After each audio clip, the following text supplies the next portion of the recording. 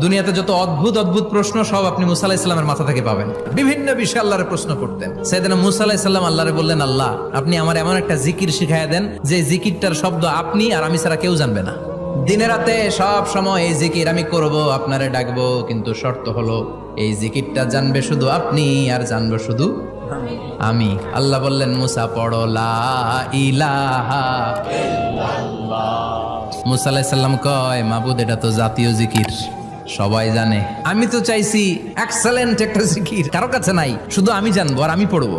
আল্লাহ বললেন, মুসা এই লা ইলাহাকে যদি এক পাল্লায় রেখে দাও, তাম বিশ্ব, সাত আকাশ, সাত জমিনটারে তুলে যদি তুমি আরেক পাল্লায় রেখে দাও, লা রাজাহাত কাফাতু লা ইলাহা ইল্লাল্লাহ, মুহূর্তের মধ্যে লা ইলাহার পাল্লা ভারী হয়ে যাবে। ও মুসা, তুমি যতই এক্সক্লুসিভ জিকির চাও, লা ইলাহার চেয়ে দামি জিকির আমার কাছে নাই। দুনিয়াতে যত অদ্ভুত অদ্ভুত প্রশ্ন সব আপনি মুসা আলাইহিস সালামের মাথা থেকে পাবেন। বিভিন্ন বিষয়ে আল্লাহরে প্রশ্ন করতেন। সাইয়েদনা মুসা আলাইহিস সালাম আল্লাহরে বললেন, আল্লাহ আপনি আমার এমন একটা জিকির শিখাইয়া দেন যে জিকিরটার শব্দ আপনি আর আমি ছাড়া কেউ জানবে না।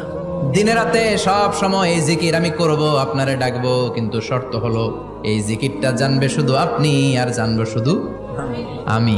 আল্লাহ বললেন, মুসা পড়ো লা ইলাহা ইল্লাল্লাহ। মুসা আলাইহিস সালাম কয়, মাবুদ এটা তো জাতীয় জিকির, সবাই জানে।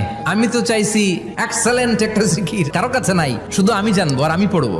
আল্লাহ বললেন, মুসা এই লা ইলাহাকে যদি এক পাল্লায় রেখে দাও, তাম বিশ্ব, সাত আকাশ, সাত জমিনটারে তুলে যদি তুমি আরেক পাল্লায় রেখে দাও, লা রাজাহাত কাফাতু লা ইলাহা ইল্লাল্লাহ, মুহূর্তের মধ্যে লা ইলাহার পাল্লা ভারী হয়ে যাবে।